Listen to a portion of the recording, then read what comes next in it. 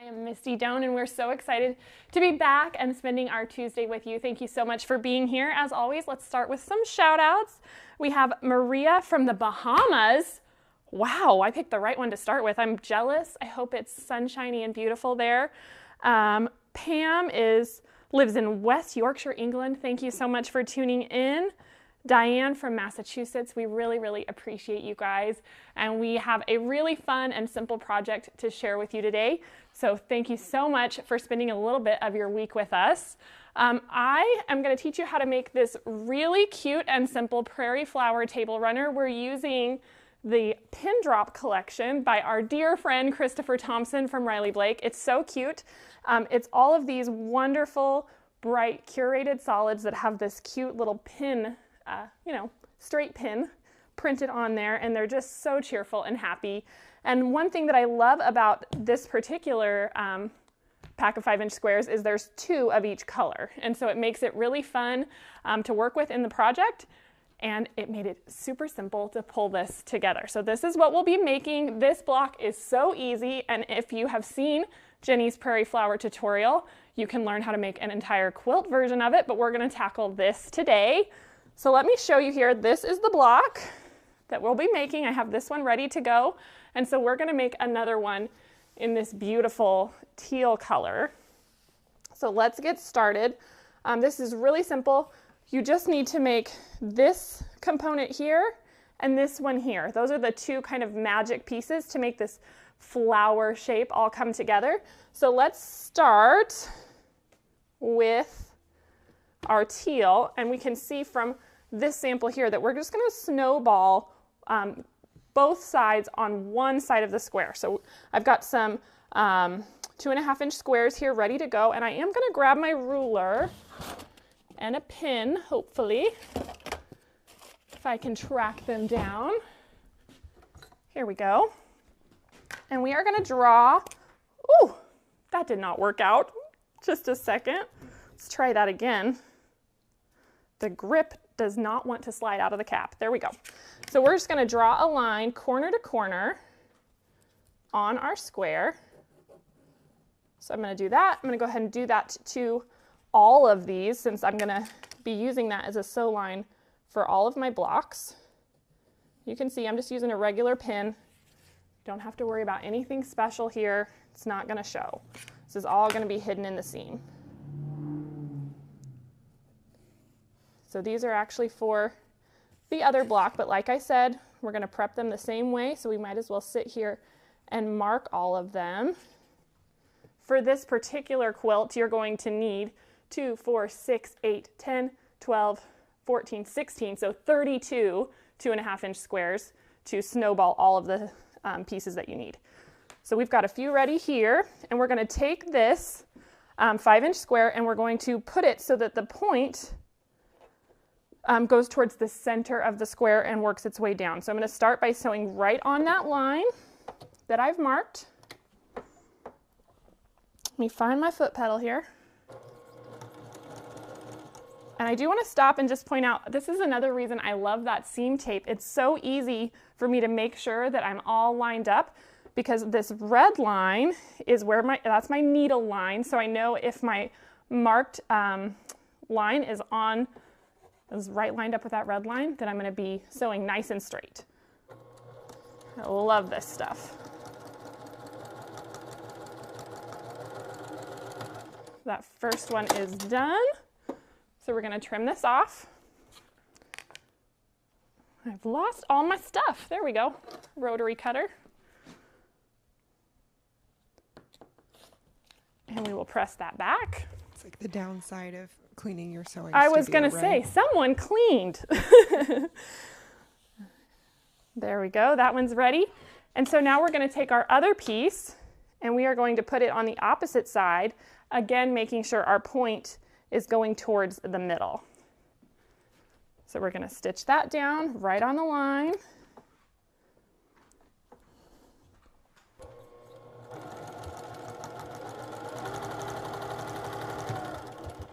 Like so. Trim again. And we have 2 Peggies asking, yes, we do sell that seam tape and you can find it online. Yes. We have that on our website. It's called diagonal seam tape. That's what you're going to want to search for. Maybe our helpful friends can drop a link in for you. And so then that is how this block comes together, and you're going to need 4 of these. You can see here when I was selecting my colors, because I only had 2 of each, I put them on opposite sides. So I used 2 of this color teal and 2 of this lighter, and I made all 4 of those the same way for my block. So I've got the rest of those already done, so I'm going to go ahead and set this one aside, and we're going to move over to the gray pieces. And this, we're going to use basically the same method, but this time we're going to put our squares on opposite corners, like so, as if we were making like an X's and O's block, and we're just going to sew on this line and on this line, and we can actually stay at the machine to do that since we don't have to cut and press in between. Make sure I'm lined up though, because we do want it to end up nice and square.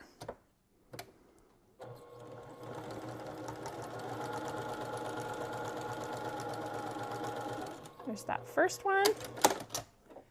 Then flip this around. Liz, you have any questions or anything coming through? So we did have a couple of people asking about that seam tape. Okay. But also just wanted to say that we can do this scrappy. And actually this is Yes. a slightly scrappy because we are doing alternating colors. Exactly. But you can absolutely do this out of anything Yeah, you have in your collection. It would be a great scrap buster, especially, you know, if you're like me, you've got a bunch of leftover 5-inch squares hanging around. So this is a super quick way to use those up and make something fun for your table or for a friend. So again, we're sewing right on that line that we marked across our 2.5-inch square. And now that we've sewn both of those, we can go ahead and trim that off. 1 and 2. And then we can take this and we're going to go ahead and press back those corners. You do want to kind of be careful when you're pressing your snowballs, because if you get too wild, they can kind of stretch and get a little wonky. So I like to just really let the iron do the work there, and then it turns out super nice. And so now that is how we build this block. And so just like you need 4 of this block, you're also going to need 4 of these. Our finished blocks are still 5 inches. We haven't changed the size of the block itself. And so we are using a solid 5-inch for the center. And I just pulled the yellow print out of the pack for that. And like I said, since we have 2 of every color, I was able to keep the center the same on both of these blocks. So it kind of pulls the whole table runner together, which I think is really cute. And so now, as far as layout goes, I have some of these ready to go. And so I like to keep my opposite colors going opposite ways with every part of the block. And so you can see here, I've got my dark gray, my dark turquoise, and my light gray. And then I have my light turquoise on opposites so that they're kind of balancing each other in the block. And I did the same with the pink and orange block. And so this is just really simple. We're just going to sew this now like a 9 patch.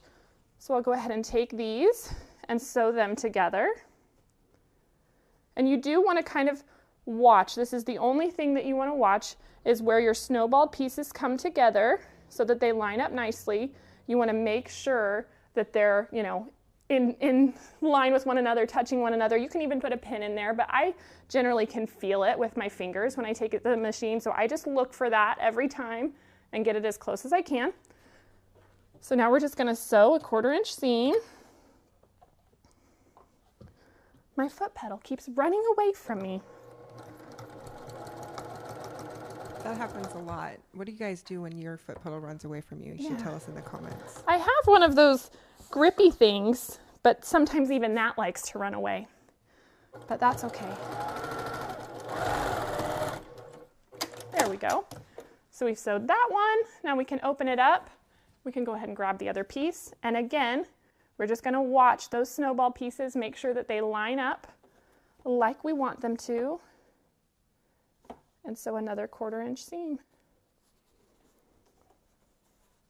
This project is so simple and so fast. You can do it in just, I'd say just about an hour. It didn't take me very long to put together at all. There we go. And then now when I do a block like this, I do like to make sure that I'm pressing opposites. So when I go to sew all of my rows together, they kind of nest. And so I can see here that I've pressed the seams out on this center row. So I'm going to go ahead and press these in when I take it to the iron. Hopefully that makes sense. So I'm going to press the bulk of my seam towards the center block. And then flip this around and do the same on the other side. So loving the comments on what you do to chase your foot pedal. Some people, Becky says, I sew barefoot in socks and grab my foot pedal with my toes. Oh, this is a wild woman. We've got a lot of barefoot drivers in here. I am a barefoot sewer at home as well. I don't particularly love shoes, so I like to be barefoot as much as possible. And then everything from a Martelli mat to Cheryl Allen says, I try putting a rubber band around the presser foot. Oh, interesting. That's a good idea.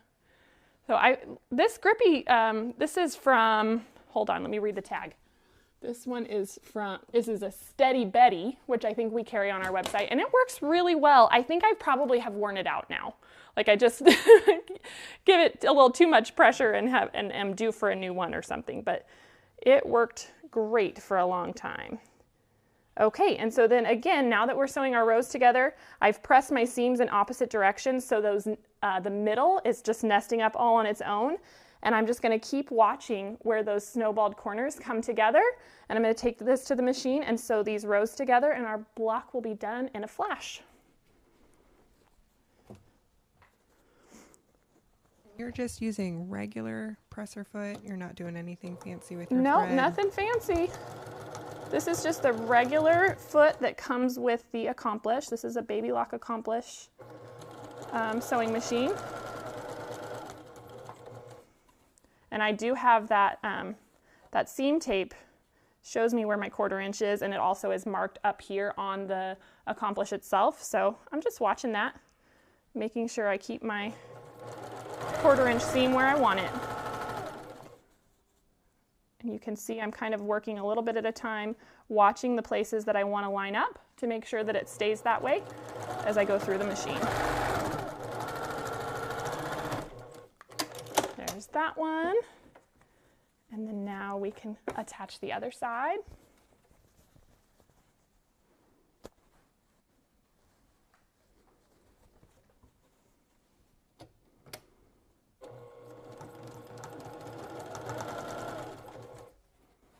Got this a little wonky, so I'm going to straighten it out before I get any farther. There we go.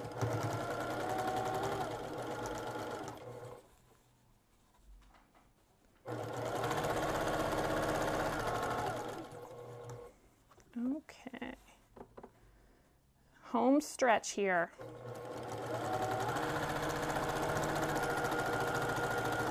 Ta-da! There we go. And that is how the block comes together. It's super, super quick and easy. So let's press it so it lays nice and flat.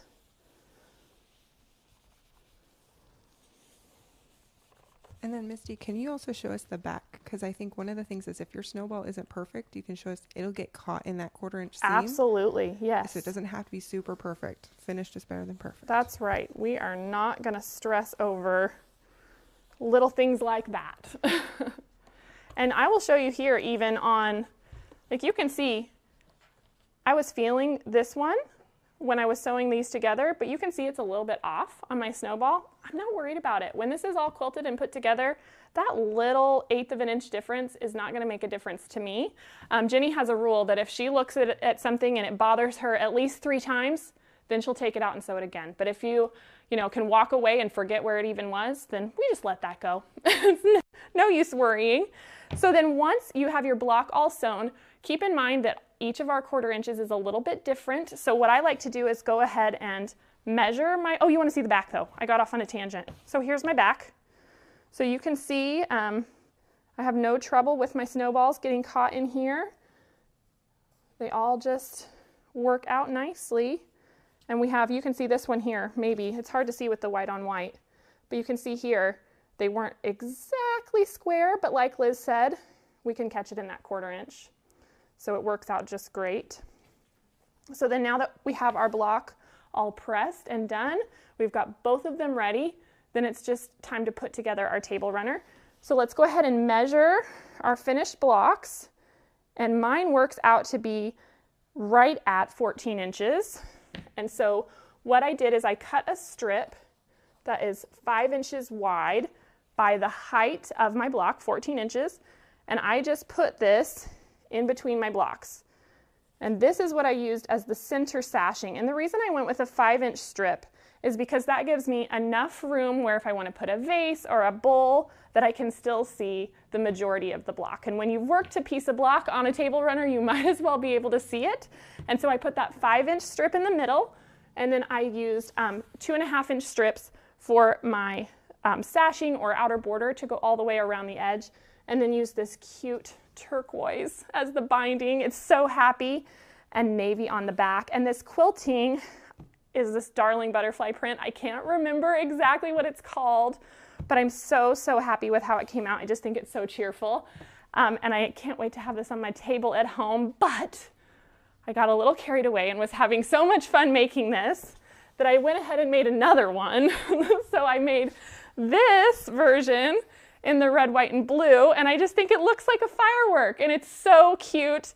And the quilting pattern on this one is called Star Spangled, and these are both from our quilting department here at Missouri Star. They did a fabulous job, and I just love how quick and easy this project came together and how fun this block is. So we have any questions before we wrap up? Just wanted to see, do you have enough to show us the snowball again? Yeah, I can make that happen. Let's do that. And folks are asking about that foot, so just want to reiterate, this is just the regular foot that comes with that baby lock accomplished. That's right. So your 1/4-inch foot, whatever foot you're used to using, you don't have to bust out anything fancy for this. It just comes together nice and easy. Someone is calling me. I always think my phone's on silent. It gets me when I least expect it. All right, so I'm just going to cut some 2.5-inch squares here, and since I'm using our little 2.5 by 8 ruler, I can just lay it on there, and I know that they're going to be 2.5 inches. And then this way I can show you that snowball one more time. Just cut a few and one more. And Marlene Jansen asked, could you make it a square? Absolutely. You could make this in just one block. Oh. You could make 4 blocks. You Yes, can do all kinds of things. whatever your heart desires. Just let your heart sing while you're sewing. That's what I like to do. You know, that's why I ended up with 2. You just never know where it's going to take you. And so these are just our 2.5-inch squares. That's what we use for the snowball. So let's go ahead and mark those corner to corner. And then one other question while you're marking those. Frances Bowen asked, do you count the pinked edges as the 1/4 inch? So that is a great question. For me, my pinked edges usually hang over just a smidge, and I kind of float in between the pinked edge. But if you're using collections from different manufacturers, those pinked edges might not always be the same. And so you might have some that are different sizes. So I just pick one, and I follow that as my kind of guide, my true north when I'm sewing my blocks together, so that I know they're at least consistent if I always am using the same manufacturer when I'm at the machine. But mine actually kind of float. Like I have this seam guide on here, and my pinked edges, like I can see the seam through the little peaks. Does that make sense? Hopefully. It's a great question though. All right, so we're going to keep marking these, and then I will find a few more 5-inch squares, and we'll show this one more time. There we go. I've got a few laying down here, so let me just grab these guys. We'll do a gray and a blue. Here we go, and I'll show you both ways. So again, we're going to start with this block here. If I was making that, I would start by laying this on the edge and making sure that my drawn line is pointing up towards the center, and then I'm going to sew right on that line that we marked to make sure that my block will stay the same size.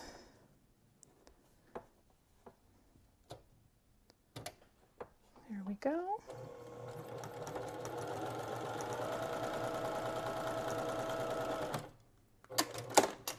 So we've sewn that one, and then we're going to trim.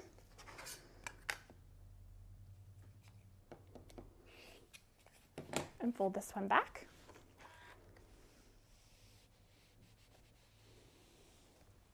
And then we're going to take another one, and we're going to make sure this time it's making so those 2 points will meet up in the middle, and we're going to sew right on that line again. And folks are asking how many squares it takes to make one of the prairie flowers. So because these end up staying that 5-inch square after you snowball them, you need 4 5-inch squares for the corners, 4 5-inch squares for the petal, and 1 for the center. So it's just 9. It makes a giant 9 patch when you're done. Exactly. Exactly. So to do the whole runner, it takes 18 5-inch squares, and then you need 36 of your 2.5-inch squares for your snowballs. Oh, so we trim this one.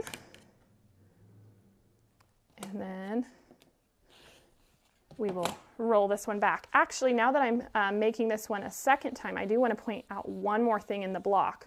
A lot of times when we do snowballs like this, we would actually use a slightly larger square so that it overlaps in the middle.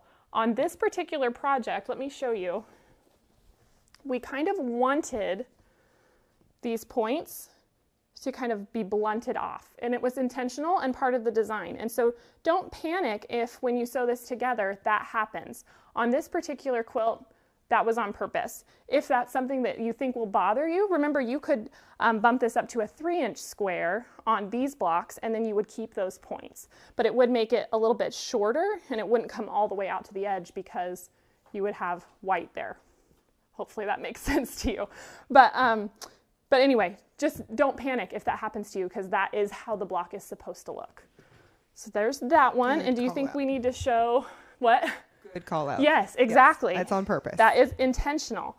And so then let's show you this one again. And you can see I'm just really careful when I press, and this looks super good to me. I don't have a whole lot of wonkiness. My snowball looks great. This finishes up at 5, and that's really what we're looking for. And so if for some reason before you cut this, you can even roll these back, and if they still look square, then you can trim and press. But you just want to get it as close as you can, but don't fret, because as long as you're within that 1/4 inch, it's all going to work out. Do you think they want to see the other one, Liz? I think we're good. Okay. Jean Starterling asked a question though. Is there a concern with using your regular pen ink and that running or staining when you wash the quilt?